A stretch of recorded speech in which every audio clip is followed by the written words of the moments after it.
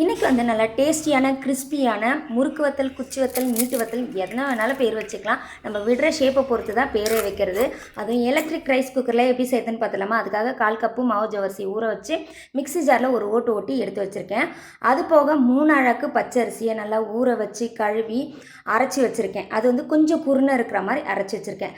இப்போ electric rice குக்கரில் வந்து 5 சொம்பு நம்மளுக்கு தண்ணி அளவு, அதில் 3 சொம்பு அளவுக்கு தண்ணி அதில் விட்டுறேன். 2 சொம்பு அளவு தண்ணியை வந்து மாவு கூட சேர்த்து அரைச்சிட்டேன்.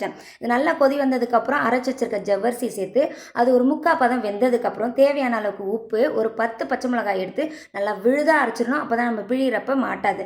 அதுவும் ஒரு கொதி வந்ததுக்கப்புறம் அரைச்சி வச்சிருக்க மாவை கொட்டி நல்லா கலந்து விடணும். அது வந்து நல்லா ஒரு திக்கான பதம் வரும். இடையில விட்டுறக்கூடாது. அப்புறம் விட்டுட்டோம்னா நம்மளுக்கு ஒன்றரை உடச்சலுமா ஆகிடும். நல்லா திக்கான பதமாக கெட்டியாகி வந்ததுக்கப்புறம் 1 டேபிள் ஸ்பூன் சீரகமும் பெருங்காயத்தூளும் போட்டுட்டு மாவு வெந்து வந்ததை செக் பண்ணுறதுக்கு கையை வச்சு நீங்கள் செக் பண்ணி பார்த்தீங்கன்னா மாவு நல்லா வெந்து வந்திருக்கும். அதுக்கப்புறம் அதை நல்லா ஆற வச்சுட்டு நம்ம வீட்டில் இருக்க கோல்டு வினர் கவர்லையும் யூஸ் பண்ணலாம். முறுக்கு பிழிறதுலாம் நம்மளுக்கு வேணுன்ற அச்சு போட்டு நம்ம பிழிஞ்சு எடுத்துக்கலாம். நான் 3 விதத்துலையும் ட்ரை பண்ணியிருந்தேன். ஷேப்பை பார்த்தீங்கனாலே உங்களுக்கு தெரியும். அதுக்கப்புறம் மொட்டை மாடி வெயிலில் எடுத்துகிட்டு போயிட்டு காட்டன் துணியை போட்டு பிழிஞ்சு எடுத்துக்கலாம். இதில் ரைஸ் குக்கரில் ஒரு துளி கூட அடி பிடிக்கலைங்க. ஒரு 4-5 மணி போல் எடுத்துகிட்டு வந்து வத்தலை திருப்பி விட்டு பின்னாடி பக்கமாக தண்ணி தெளித்து விட்டு எடுத்து திருப்பி ஒரு 2 நாள் காய வச்சு எடுத்திங்கன்னா சூப்பரான வத்தல் ரெடி. இதை அப்படியே பொரிச்சிட்டு சூப்பரான சாதத்துக்கெலாம் நல்லா ஷைடிஸாக சூப்பராக வச்சு சாப்பிட்லாம். இல்லை பசங்களுக்கு ஸ்நாக்ஸாகவே இதை பொரிச்சு எடுத்து நல்லா க்ரஷ் பண்ணி விட்டு மேலே சாட் மசாலா தூவி கொடுத்தீங்கன்னா குறுக்குறையெல்லாம் வந்து தோற்று போயிடுங்க. அவ்வளோ டேஸ்ட்டாக இருக்கும்.